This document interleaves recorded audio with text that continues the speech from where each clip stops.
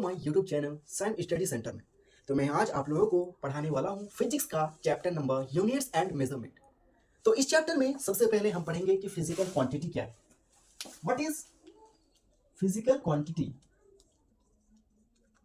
Physical quantity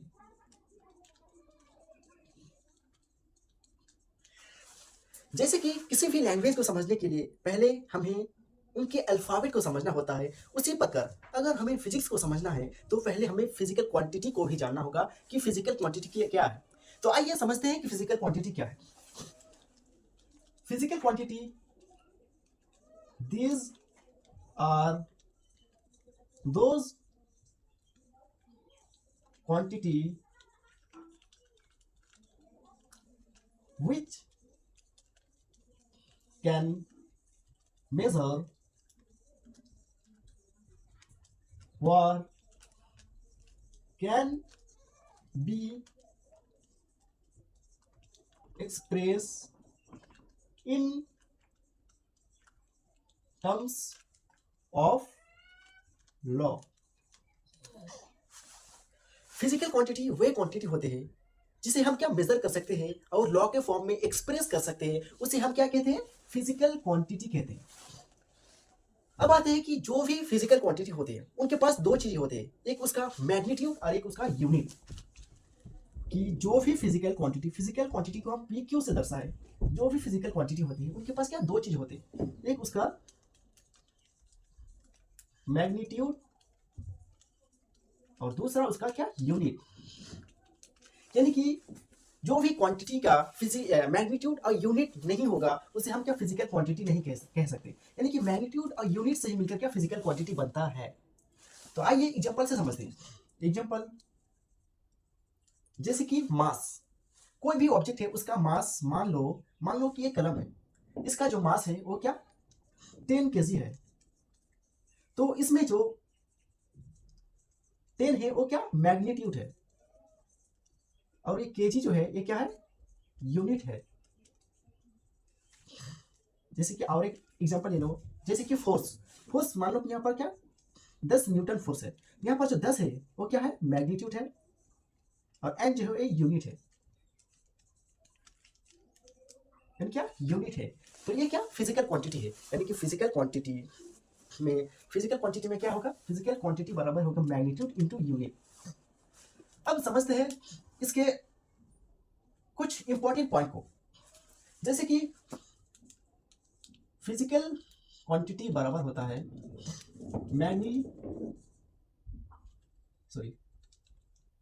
physical quantity बराबर होता है मैग्नीट्यूड इंटू यूनिट। क्या मैग्नीट्यूड इंटू यूनिट होता है। तो क्या हम मैग्नीट्यूड को हम क्या एन लिख सकते हैं इंटू यूनिट को यू लिख सकते हैं। अब मैग्नीट्यूड को एन क्यों लिखे? एन का मतलब क्या है? यहाँ पर एन का मतलब है कि इसका क्या न्यूमेरिकल वैल्यू। एन क्या मैग्नीट्यूड क्या या मैग्नीट्यूड है, ये क्या एक न्यूमेरिकल वैल्यू है, इसलिए हम एन लिए। तो एन यू इक्वल टू क्या कांस्टेंट होता है। एन यू इक्वल टू क्या होता है? कांस्टेंट होता। अब आप लोग बोलेंगे कि N U is equal to constant, इसका मतलब क्या है? तो आइए एक एग्जांपल से समझते हैं। जैसे कि यहाँ पर हम 1 kg लिए, 1 kg बराबर जो होता है वो 1000 ग्राम के बराबर होता है और 1 आवर जो बराबर होता है वो 60 मिनट के बराबर होता है। 60 मिनट के बराबर होता है। तो आइए फिर एक एग्जांपल समझते हैं कि मान लो कि राम और श्याम एक दुकान के पास गया। तो राम ने दुकानदार से बोला कि भैया मुझे 1 kg चीनी दे दीजिए। पर जो श्याम है वो बहुत ही स्मार्ट है और बोला कि भैया मुझे 1000 ग्राम चीनी दीजिए। क्या 1000 ग्राम? तो क्या दुकानदार राम और श्याम को जो चीनी देगा वो एक ही सामान देगा या अलग अलग देगा? क्या एक ही, उसका मास जो होगा एक ही होगा, पर इसका क्या यूनिट, सिर्फ यूनिट चेंज हुआ है। इस प्रकार हम कह सकते हैं कि एन यू बराबर जो होता है वो क्या कांस्टेंट होता है। क्या एन यू बराबर कांस्टेंट होता है। एन यू बराबर कांस्टेंट होता है। तो u बराबर हम लिख सकते हैं, अगर n को हम इधर भेजें तो u होता है u is inversely proportional to 1/n। u inversely proportional to 1/n, इसका मतलब क्या है? तो अगर u बढ़ेगा तो n घटेगा, और अगर u घटेगा तो क्या n बढ़ेगा। जैसे कि एग्जाम्पल ये थे कि 1 kg बराबर जो होता है वो क्या 1000 ग्राम के बराबर होता है। तो यहाँ पर जब मैग्नीट्यूड, यानी कि जब मैग्नीट्यूड घटा, मैग्नीट्यूड कम है, तो इसका क्या यूनिट बढ़ा है, इसका क्या यूनिट बढ़ा है। और यहाँ पर जब मैग्नीट्यूड बड़ा है तो ये क्या यूनिट कम है, यूनिट घटा है। ये इसका मैग्नीट्यूड बड़ा है तो यूनिट घटा है। तो क्या यू जो होता है इनवर्सली प्रोपोर्शनल टू एन, ये यही दर्शाता है। तो जल्दी से फटाफट आप इसको नोट कर लीजिए, तब तक ये हम आते हैं।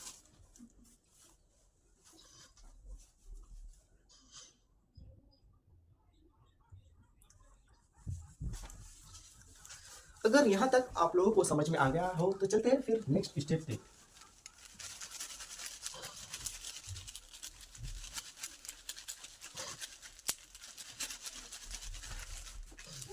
अब नेक्स्ट स्टेप पर आते हैं कि इसका ग्राफ जो होगा वो कैसे बनेगा।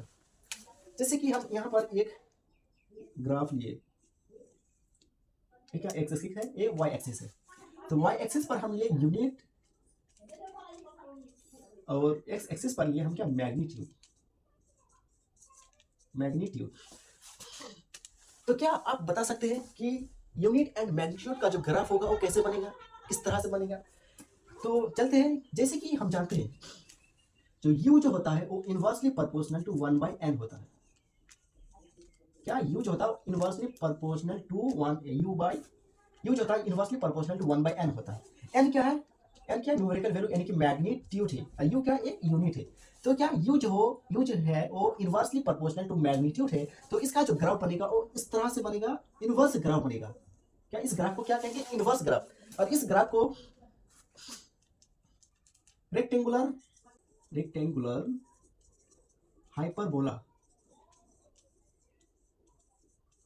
भी कहा जाता है। अब आते हैं एक और ग्राफ पे। यहाँ पर एक ग्राफ ये, यहाँ पर एन यू यानी कि मैग्नीट्यूड इंटू यूनिट, और इसका मैग्नीट्यूड के साथ ग्राफ कैसा बनेगा। तो जैसे कि हम जानते हैं कि एन यू बराबर जो होता है वो क्या कांस्टेंट होता है। तो यहाँ याद रखना कि कांस्टेंट का ग्राफ जो बनेगा वो हमेशा क्या स्ट्रेट लाइन ग्राफ बनेगा। क्या स्ट्रेट लाइन ग्राफ बनेगा। कांस्टेंट का ग्राफ जो बनेगा वो हमेशा स्ट्रेट लाइन ग्राफ बनेगा। तो इसे नोट कर लियो, फटाफट से इसे नोट कर लीजिए।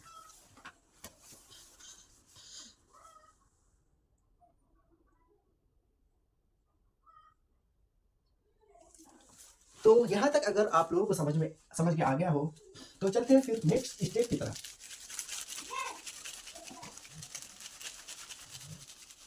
नेक्स्ट स्टेप में हम लोग पढ़ेंगे फिजिकल क्वांटिटी के types of physical quantity. Physical quantity कितने प्रकार के होते हैं, उनका डेफिनेशन क्या है, ये सब हम लोग जानेंगे अभी।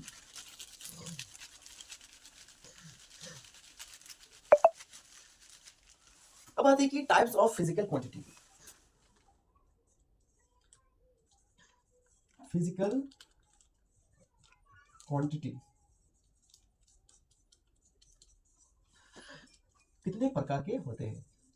तो फिजिकल क्वांटिटी जो है वो 3 प्रकार के होते हैं। नंबर 1 पर है क्या फंडामेंटल क्वांटिटी।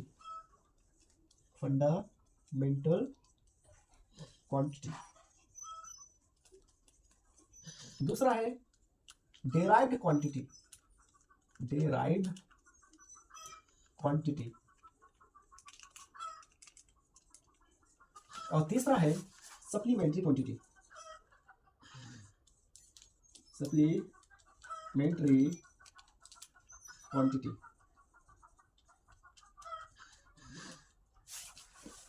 अब आते हैं, समझते हैं पहले फंडामेंटल क्वांटिटी को कि फंडामेंटल क्वांटिटी क्या है। What is fundamental quantity.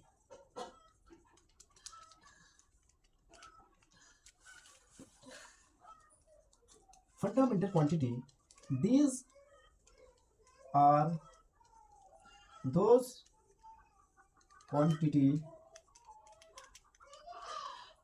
which do not require any whether quantity to express themselves। Fundamental quantity way quantity होते हैं जिन्हें अपने आप को एक्सप्रेस करने के लिए किसी दूसरे क्वांटिटी की जरूरत ना हो, उसे हम क्या कहेंगे, फंडामेंटल क्वांटिटी। और फंडामेंटल क्वांटिटी है, कुल 7 फंडामेंटल क्वांटिटी होता है। कितना? 7 फंडामेंटल क्वांटिटी। क्या? 7 फंडामेंटल क्वांटिटी होता है। अब बात है कि ये 7 फंडामेंटल क्वांटिटी कौन कौन से 7 फंडामेंटल क्वांटिटी है। तो पहले नंबर पर है मास, नंबर 1 पर है मास, नंबर दूसरा पर है लेंथ, नंबर तीसरा है टाइम, चौथा है करेंट, पांचवा है टेम्परेचर, छठा है अमाउंट ऑफ सब्सटेंस,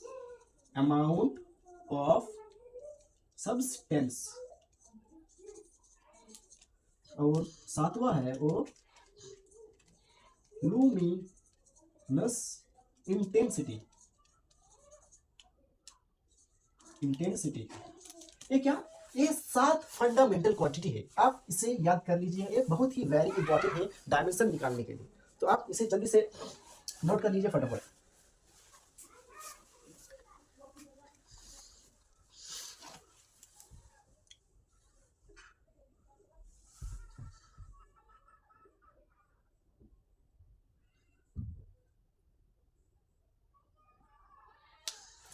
अगर यहां तक आप लोगों को समझ में आ गया हो तो चलते फिर नेक्स्ट स्टेप की तरफ। अब हम लोग पढ़ेंगे कि ये जो 7 फंडामेंटल क्वांटिटी है तो इनका यूनिट क्या है और इसका डायमेंशंस क्या है।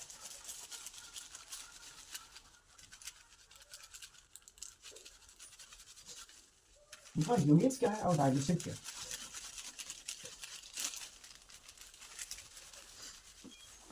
तो पहला नंबर पर था क्या? मास। दूसरा नंबर पर था लेंथ। तीसरा नंबर पर था टाइम। चौथा नंबर पर था करंट। पांचवा नंबर पर था टेम्परेचर। और छठा नंबर पर था अमाउंट ऑफ सब्सटेंस। एंड सातवां नंबर पर था लुमिनस इंटेंसिटी। ये क्या? हम लोग 7 फंडामेंटल क्वांटिटी देखें। अमाउंट ऑफ सब्सटेंस,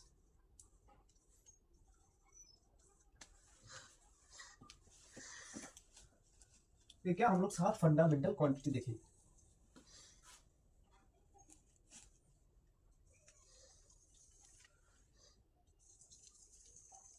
अब हम लोग इसका देखेंगे, इसका यूनिट क्या होता है एमकेएस में। एमकेएस में यूनिट क्या होता है? इसका यूनिट क्या है? यूनिट एमकेएस में तो मास का जो यूनिट होगा वो क्या? किलोग्राम। और लेंथ का हो गया मीटर। टाइम का हो गया सेकेंड। एंड करेंट का हो गया एम्पियर। टेम्परेचर का हो गया केल्विन। अमाउंट ऑफ सब्सटेंस का हो गया मोल। और लुमिनस इंटेंसिटी का हो गया कैंडेला। तो क्या? 7 फंडामेंटल क्वांटिटी है, उनके यूनिट है। अब आते हैं उनके डायमेंशन क्या क्या है। उनके क्या डायमेंशन? मास का जो डायमेंशन होगा वो क्या? m। इसको m से रिप्रेजेंट करते हैं, इसलिए इसका डायमेंशन जो होगा वो क्या? m। जब भी एक बात यहाँ पर याद रखना कि जब भी हम डायमेंशन लिखेंगे तो इसे m इस तरह, जैसे कि मास का जो डायमेंशन लिख लिया वो m लिख लिए। अब इसे इस प्रकार से डब्बे में बंद कर देना है। जब भी डायमेंशन लिखेंगे। तो लेंथ का मीटर का क्या होगा, ओ सॉरी मास का जो होगा के ये होगा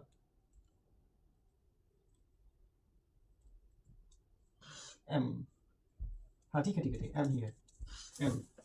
और लेंथ का जो होगा वो क्या होगा, लेंथ का होगा एल, और टाइम का होगा टी, करेंट का होगा ए, और टेम्परेचर का होगा के, और अमाउंट ऑफ सब्सटेंस का होगा मोल, और लुमिनस इंटेंसिटी का होगा कैंडेला को हम CI से रिप्रेजेंट करते हैं। तो ये जो 7 फंडामेंटल क्वांटिटी है ये उसकी यूनिट्स है और इसका क्या डायमेंशन है। तो इसे आप याद कर लीजिएगा, ये बहुत ही डायमेंशन निकालने के लिए ये हमें बहुत ही इंपॉर्टेंट है, बहुत ही जरूरी है। तो इसलिए फटक से आप इसे नोट कर लीजिए।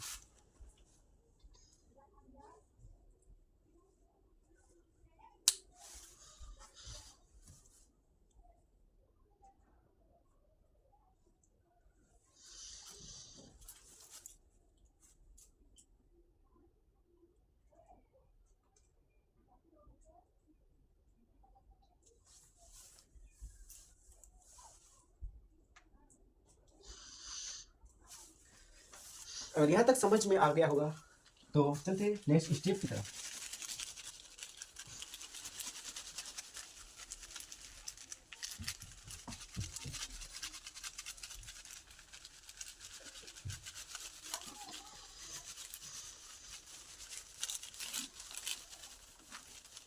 तो अब हम लोग पढ़ेंगे क्या डेराइव्ड क्वांटिटी के बारे में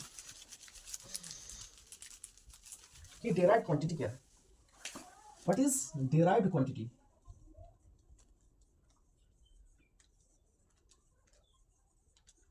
What is derived quantity?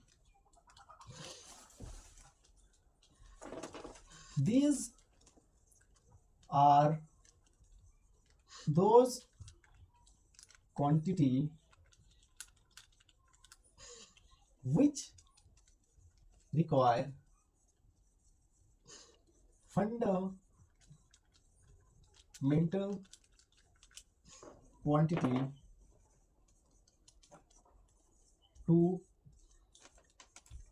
express themselves.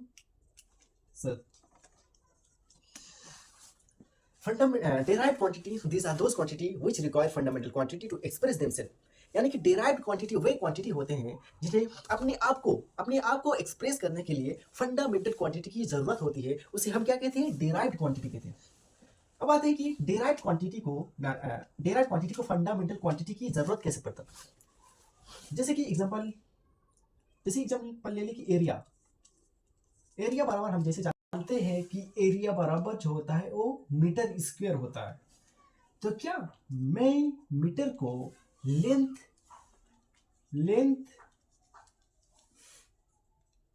Into length लिख सकते हैं, क्योंकि एरिया बराबर मीटर का एरिया बराबर जो होता है वो मीटर स्क्वायर होता है, और मीटर किसका यूनिट है, लेंथ का यूनिट है। तो क्या हम मीटर स्क्वायर को लेंथ इनटू लेंथ लिख सकते हैं? हाँ बिल्कुल लिख सकते हैं। अब आते हैं दूसरे नंबर पे कि वॉल्यूम बराबर होता है, जैसे कि हम जानते हैं कि वॉल्यूम बराबर जो होता है वो मीटर क्यूब होता है। तो मीटर क्यूब को हम लेंथ इनटू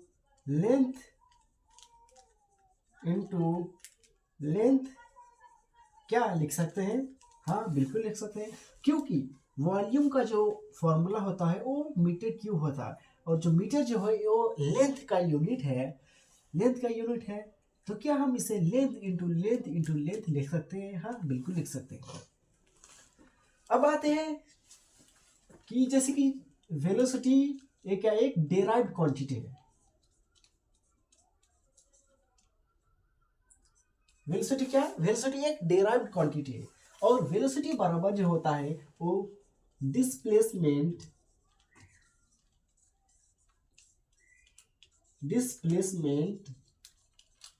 अपॉन टाइम होता है।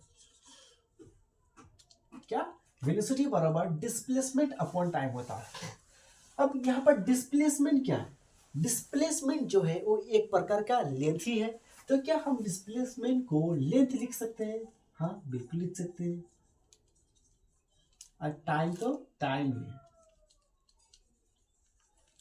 तो अगर हम इस प्रकार से देखें कि अगर हम वेलोसिटी यानी कि डेराइव्ड क्वांटिटी को अगर हम खोलकर देखें तो अंत में जो आता है वो एक क्या फंडामेंटल क्वांटिटी ही आता है।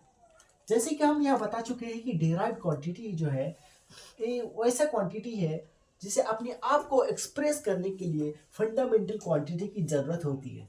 उसे हम क्या कहते हैं? डेराइव्ड क्वांटिटी है। तो क्या वेलोसिटी एक डेराइव्ड क्वांटिटी है?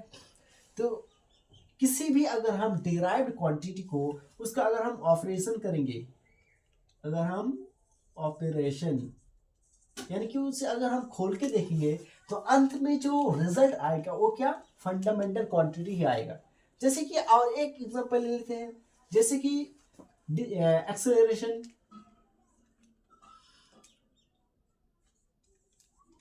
एक्सेलरेशन एक्सेलरेशन का फॉर्मूला जो है वो क्या velocity upon time, velocity upon time.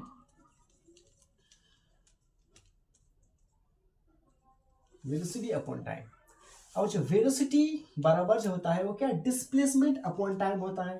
तो क्या डिस्प्लेसमेंट अपॉन टाइम को हम यहाँ पर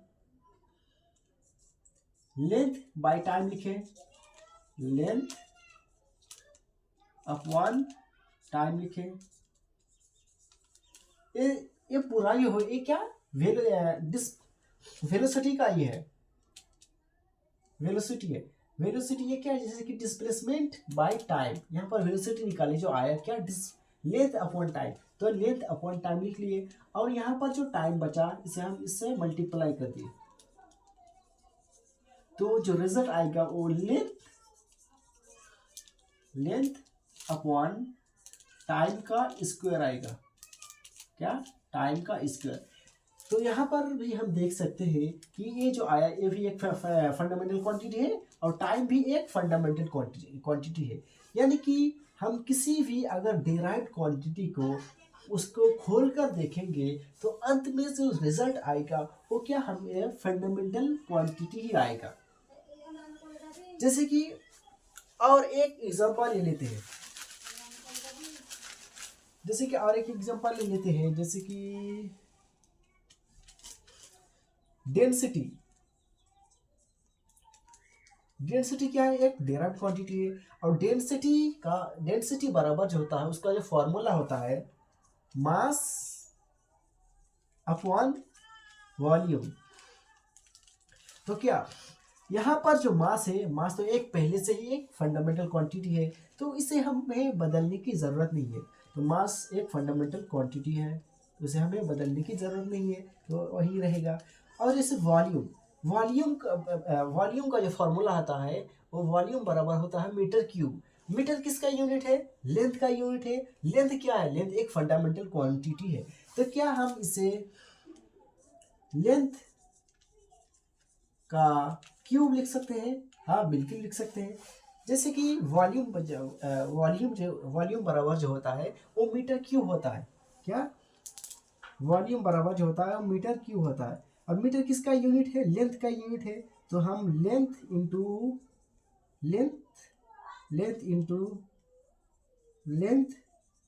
इंटू लेंथ लिख सकते हैं। यानी कि इसे अगर हम मल्टीप्लाई कर दें तो यहाँ पर क्या आएगा? लेंथ का क्यूब आएगा, लेंथ का क्यूब। तो यहीं पर आया है लेंथ का cube.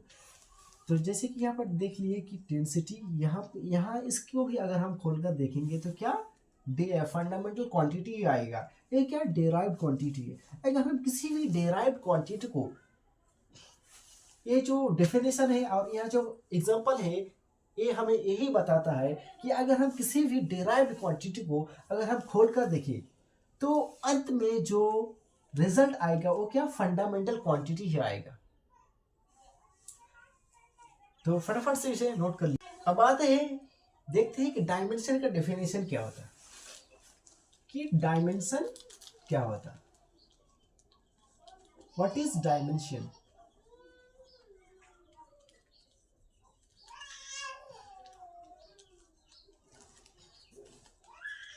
Dimension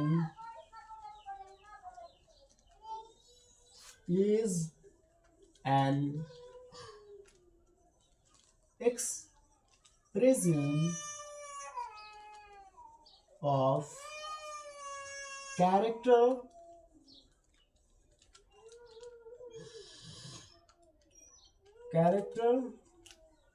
of derived quantity in terms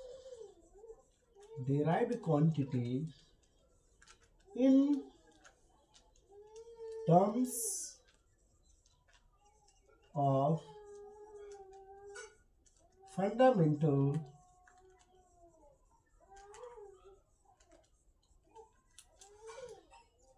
fundamental quantity. क्या डायमेंशन क्या है?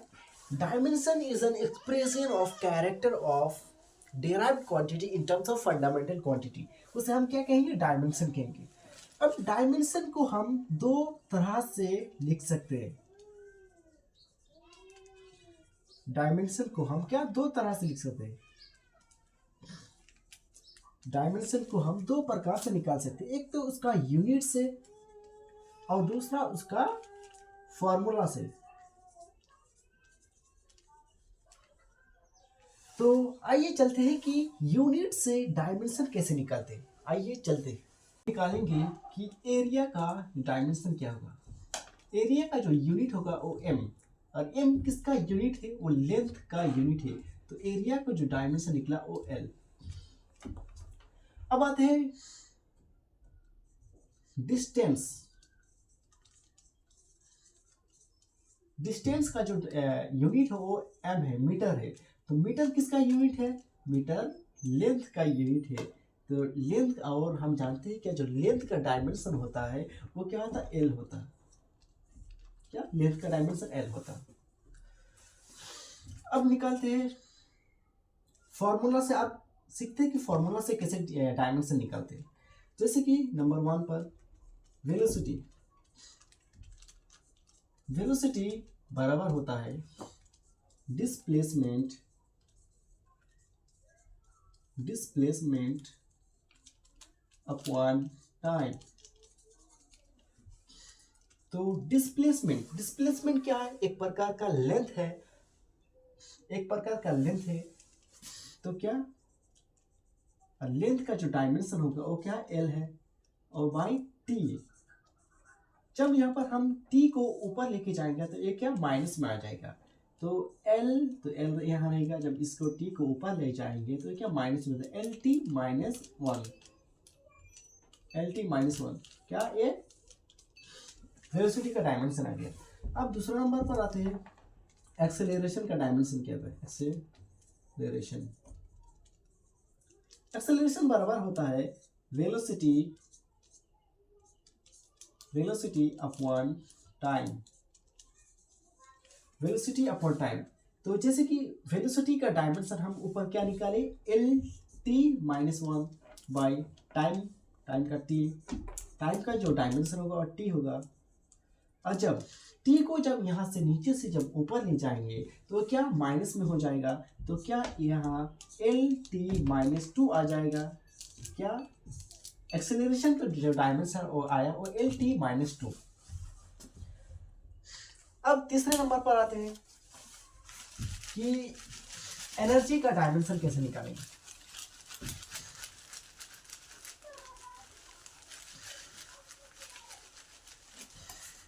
तीसरे नंबर पर आते हैं एनर्जी का डायमेंशन में।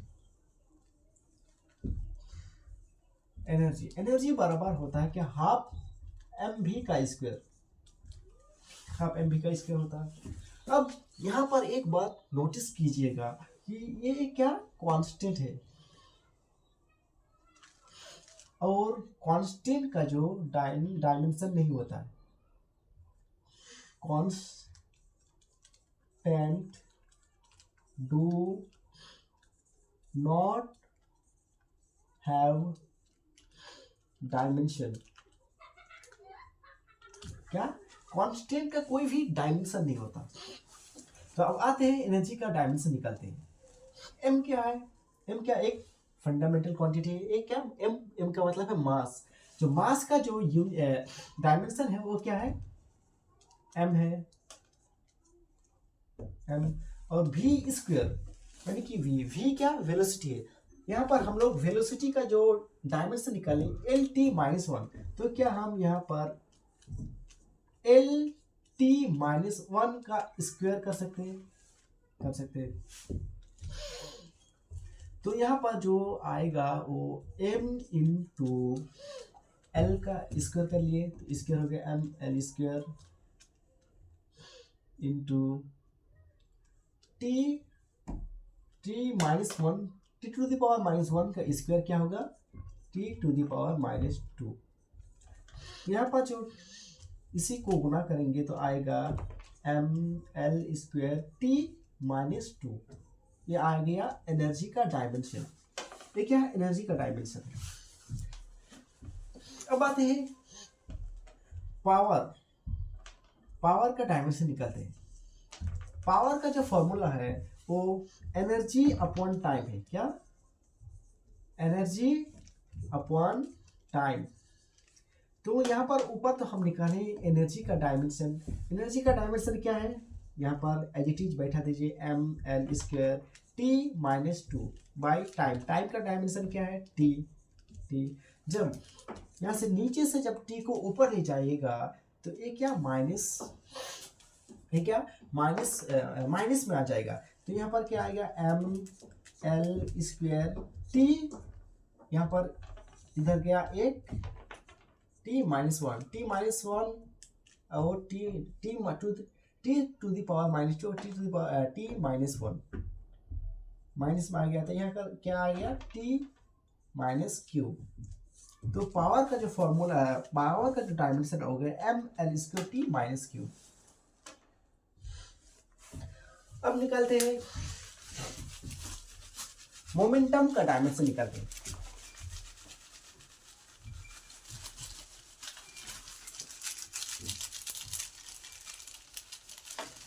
तो क्या मोमेंटम का डायमेंशन निकालते हैं।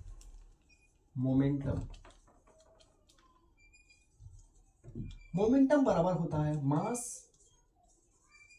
Into velocity. मास क्या? मास एक फंडामेंटल क्वांटिटी है। तो मास का जो डायमेंशन होगा वो क्या है? एम। एम होता है इंटू वेलोसिटी का डायमेंशन पहले हम निकालें। वेलोसिटी का जो डायमेंशन होता है वो क्या? L T minus one. तो इससे हम जब गुना करेंगे तो यह क्या आ जाएगा? M L T minus one. ये क्या मोमेंटम का डायमेंशन है। अब आते हैं इम्पल्स का डायमेंशन क्या होता है। इम्पल्स का जो डायमेंशन होगा, इम्पल्स बराबर होता है फोर्स इनटू टाइम। क्या? इम्पल्स का जो डायमेंशन होगा वो क्या? Force into time. तो आते हैं फोर्स का जो डायमेंशन होगा वो M L T minus two. क्या? M L T minus two into time.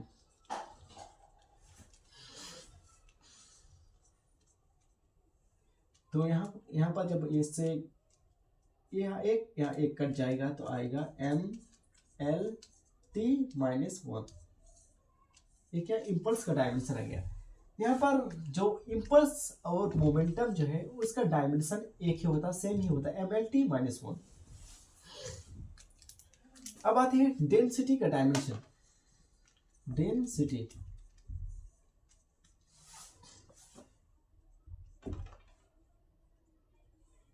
Density का जो डायमेंशन होगा, फॉर्मूला होता है वो मास बाय वॉल्यूम होता है।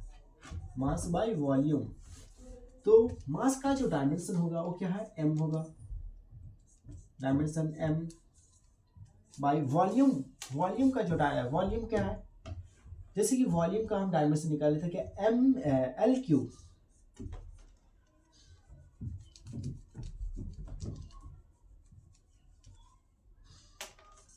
एल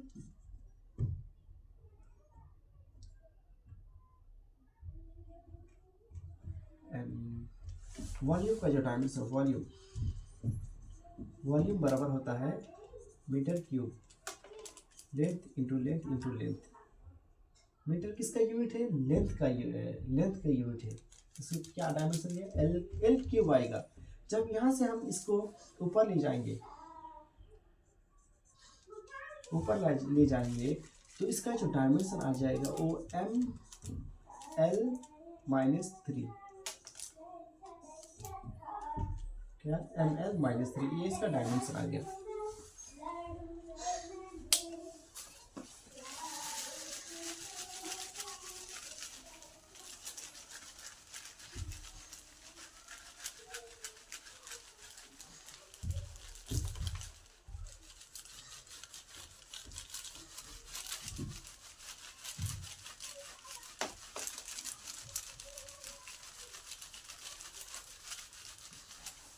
अब बात निकलते हैं प्रेशर का डायमेंशन।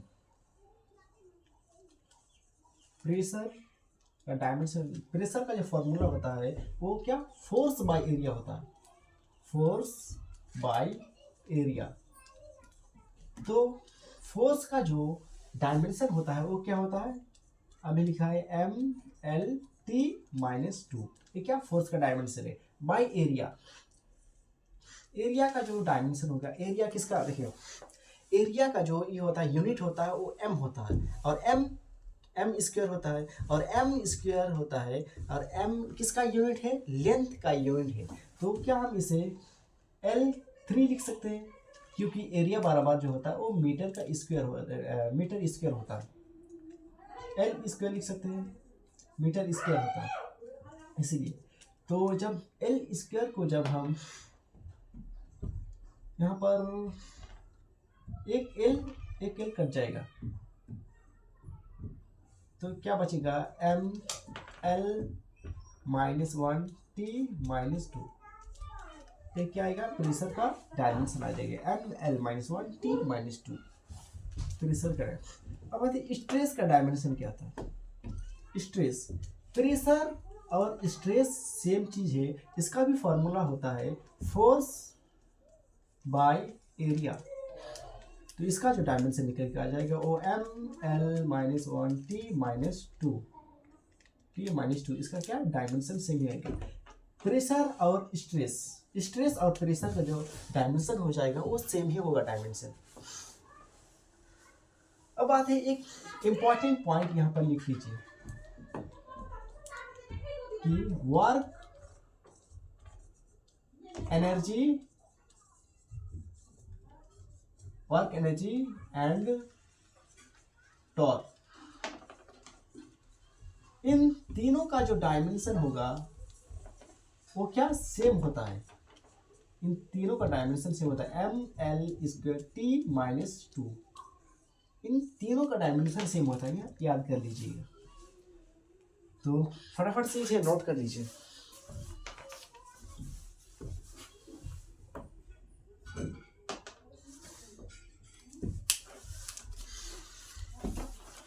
तो यहाँ तक अगर आप लोगों को समझ में आ गया तो फिर चलते हैं अगली पॉइंट पे।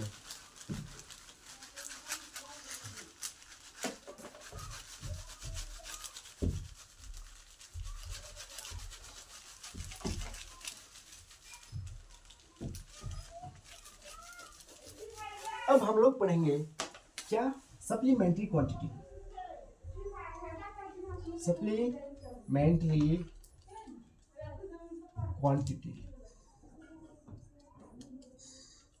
सप्लीमेंट्री क्वांटिटी जो होता है वो दो होता है। नंबर 1 पर होगा जो क्या? Plane angle. अब आते हैं प्लेन एंगल, और नंबर 2 पर जो है वो क्या? Solid angle. यानी कि सप्लीमेंट्री क्वांटिटी दो होता है, प्लेन एंगल और सॉलिड एंगल। अब पहले नंबर पर समझते हैं कि प्लेन एंगल क्या है। Plane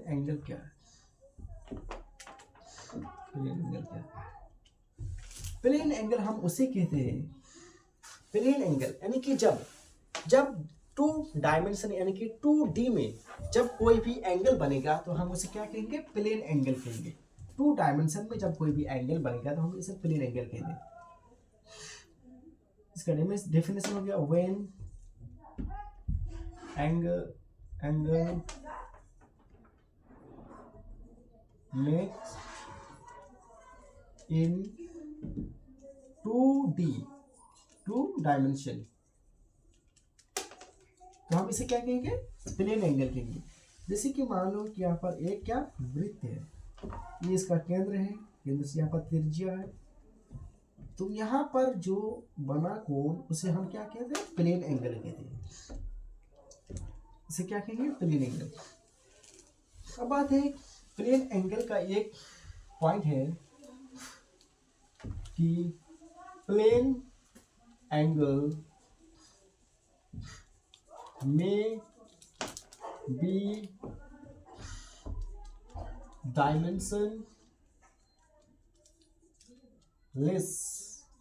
but not unitless।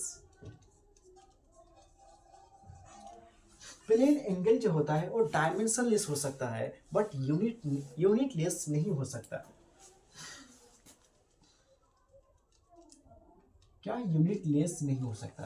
अब आप लोग बोलेंगे कि प्लेन एंगल डायमेंशनलेस क्यों नहीं हो सकता, क्यों नहीं हो, डायमेंशन क्यों नहीं होगा उसका, वो डायमेंशनलेस क्यों है। तो आइए इसे हम प्रूफ करते हैं। जैसे कि हम लोग जानते हैं कि एंगल बराबर जो होता है,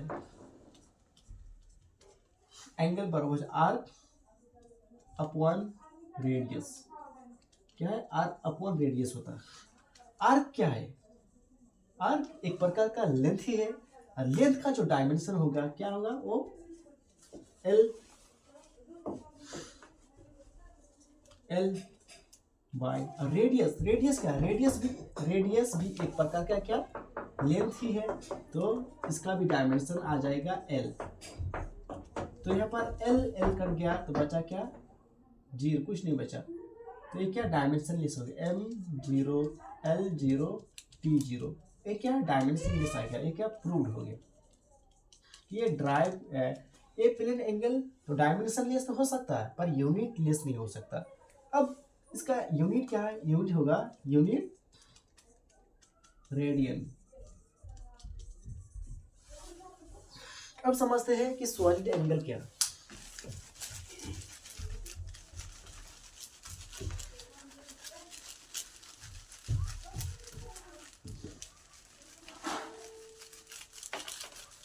अब समझते हैं कि सॉलिड एंगल क्या है।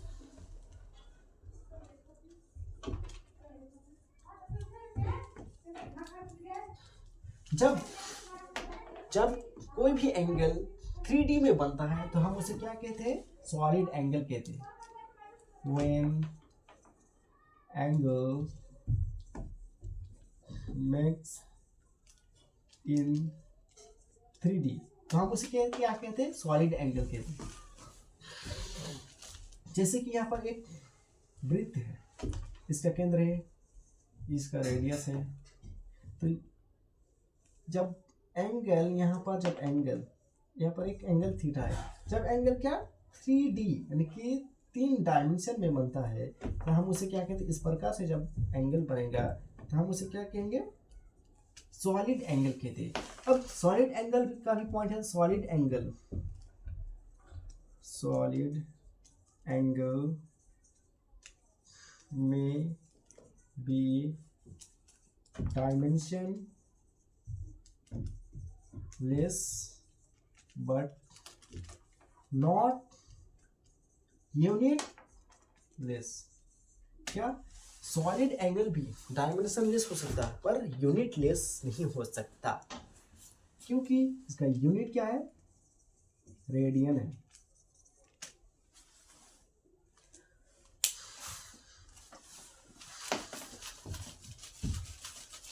अब हम लोग समझेंगे एक प्रिंसिपल के बारे में जिसका नाम है प्रिंसिपल ऑफ होमोजेनिटी। तो हम लोग समझेंगे कि प्रिंसिपल ऑफ होमोजेनिटी हमें क्या कहता है।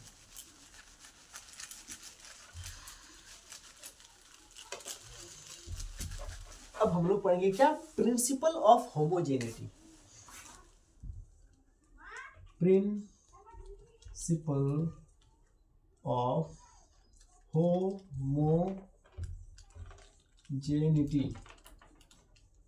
प्रिंसिपल ऑफ होमोजेनिटी क्या है? प्रिंसिपल ऑफ होमोजेनिटी ये कहता है कि any two quantity can be add और subtract if they have same dimension. कोई भी दो क्वांटिटी को हम ऐड कर सकते हैं या सब्सट्रैक्ट कर सकते हैं अगर उनके पास सेम डायमेंशन हो। प्रिंसिपल ऑफ होमोजेनिटी क्या कहता है कि any two quantity can be add or subtract if they have same dimension। कि एनी टू क्वांटिटी, कोई भी दो क्वांटिटी को हम ऐड और सब्सट्रैक्ट कर सकते हैं अगर उनके पास क्या, सेम डायमेंशन हो। जैसे कि मान लो कि यह x एक क्वांटिटी है बराबर a एक क्वांटिटी है a प्लस b। तो जो x क्वांटिटी है वो x बराबर होगा a के, और फिर a बराबर होगा क्या, b के। तो आइए एक एग्जांपल से समझते हैं कि प्रिंसिपल ऑफ होमोजेनिटी क्या कहता है। जैसे कि यहाँ पर एक एग्जांपल ले लिए कि फॉर्मूला यहाँ पर होता है कि v बराबर u प्लस ए टी। क्या, v बराबर u प्लस ए टी यहाँ पर क्या ऐड किया गया है तो इनका डायमेंशन भी सेम होगा, क्योंकि प्रिंसिपल ऑफ होमोजेनिटी ये कहता है कि any two quantity can be add और subtract if they have same dimension. कि कोई भी दो क्वांटिटी को हम ऐड कर सकते हैं और घटा सकते हैं अगर उनके पास सेम डायमेंशन हो। तो आइए चेक करते हैं कि इनके पास सेम डायमेंशन है कि नहीं। जैसे कि हम जानते हैं जो वेलोसिटी का डायमेंशन होता है वो L-T-1। हाँ जानते हैं L-T-1 होता है। तो हम यहाँ पर क्या लिख सकते हैं कि v का डायमेंशन जो होगा वो बराबर होगा u के, u के जो डायमेंशन होगा वो बराबर होगा a-t के, है कि नहीं। तो v का जो डायमेंशन होता है वो क्या होता है L-T-1। क्या इसका एक डायमेंशन होता है। और u का डायमेंशन क्या होता है, u क्या है, स्पीड है। स्पीड का फॉर्मूला क्या होता है, स्पीड का फॉर्मूला होता है डिस्टेंस अपॉन टाइम। स्पीड का फॉर्मूला होता है डिस्टेंस अपॉन टाइम। डिस्टेंस क्या है, डिस्टेंस एक प्रकार का लेंथ है। तो और लेंथ का जो डायमेंशन होता है वो क्या होता है, l होता है। बट्टे में है क्या, टाइम का डायमेंशन क्या, t है। जब टाइम को ऊपर ले जाएंगे तो इसका जो डायमेंशन आ जाएगा वो L-T-1। तो क्या इसका u का भी डायमेंशन जो आ जाएगा वो क्या L-T-1, क्या L-T-1 आ गया। अब आते हैं at का डायमेंशन। ये होता है एक्सेलरेशन। ये क्या है, एक्सेलरेशन इनटू टाइम।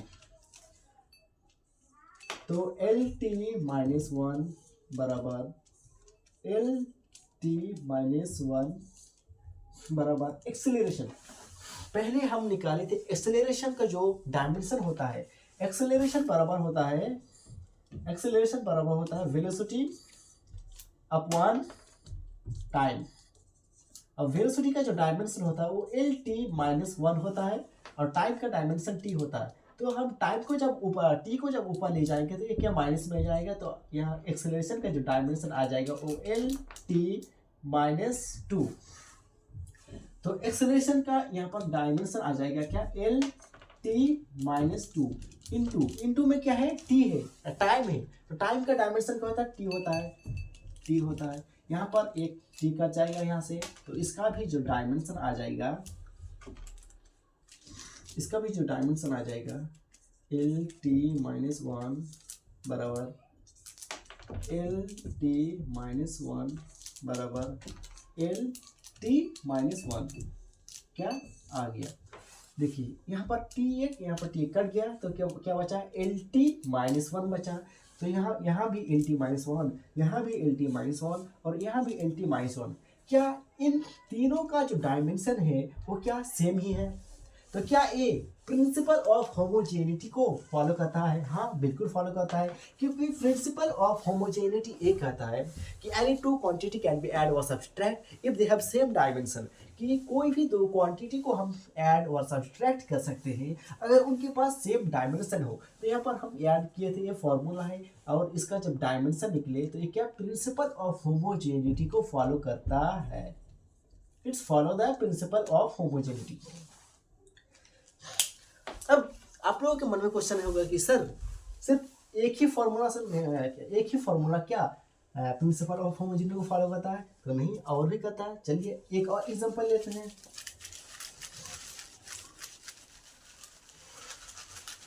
और एक एग्जांपल ये, जैसे कि s बराबर होता है ut plus half A T का स्क्वायर। s बराबर क्या होता है, s बराबर होता है ut plus half A T का स्क्वायर।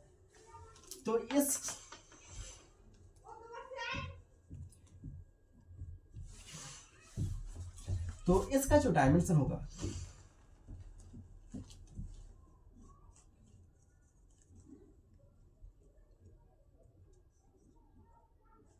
स्पीड, इस क्या स्पीड है, स्पीड का ये होता है एल टी स्पीड दूरी बटे समय। स्पीड का जो फॉर्मूला है एस क्या है, ये क्या है, एस बराबर UT plus half A T का स्क्वायर। तो इसका जो फॉर्मूला है इसका डायमेंशन बराबर होगा यूटी का डायमेंशन बराबर होगा dimension of half A T का स्क्वायर। तो पहले आइए निकलते हैं कि यूटी का डायमेंशन क्या होता है। यूटी का डायमेंशन को होता है, यूटी का डायमेंशन को होता है। जैसे कि यू क्या है, स्पीड है, तो यू का जो डायमेंशन होगा वो क्या होता है, एल टी माइनस वन होता है, इनटू यहाँ पर क्या है, टाइम है, टी है, क्या है, टाइम है, यानी कि टी है। यहाँ पर टी और टी कट जाएगा तो बचा क्या, एल बचा। तो इसका जो डायमेंशन हो जाएगा वो एल, और इसका भी डायमेंशन स्पीड का जो मतलब यूनिट होता है वो क्या होता है, मीटर होता है। और मीटर किसका यूनिट है, लेंथ का यूनिट है। और लेंथ का जो डायमेंशन होता है वो क्या होता है, एल होता है। अब आते हैं इसके डायमेंशन निकल गए, हाफ ए टी का स्क्वायर का इसका डायमेंशन निकल के देखते हैं। जैसे कि हम जानते हैं कि हाफ ए क्या है, एक कांस्टेंट है, और हम जानते हैं कि कांस्टेंट का कोई भी डायमेंशन नहीं होता है। ए टी का स्क्वायर, ए क्या है, ये एक्सेलरेशन है, और हम जानते हैं कि एक्सेलरेशन का जो डायमेंशन होता है, वो एल टी माइनस टू होता है। यहाँ पर इनटू में क्या, टी स्क्वायर है, तो यहाँ पर टी स्क्वायर कट जाएगा, तो बचा क्या, एल बचा। तो हम लिख सकते हैं कि एल बराबर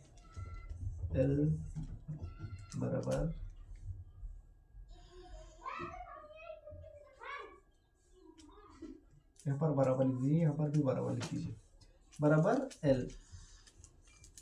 यानी कि ये फॉर्मूला भी प्रिंसिपल ऑफ होमोजेनिटी को क्या फॉलो करता है, क्योंकि इसे ऐड किया गया है, और एक है इन तीनों का जो डायमेंशन हो वो क्या सेम है, एल है, इसका भी डायमेंशन एल है, इसका भी डायमेंशन एल है, इसका भी डायमेंशन एल है। तो ये क्या प्रिंसिपल ऑफ होमोजेनिटी को फॉलो करता है, क्योंकि प्रिंसिपल ऑफ होमोजेनिटी ये कहता है कि any two quantity can be add और subtract if they have same dimension. तो इनके पास क्या सेम डायमेंशन है, तो ये क्या फॉलो करता होगा, फॉलो करता होगा किसको, प्रिंसिपल ऑफ होमोजेनिटी को, ऑफ होमोजेनिटी को, क्या प्रिंसिपल ऑफ होमोजेनिटी को फॉलो करता है।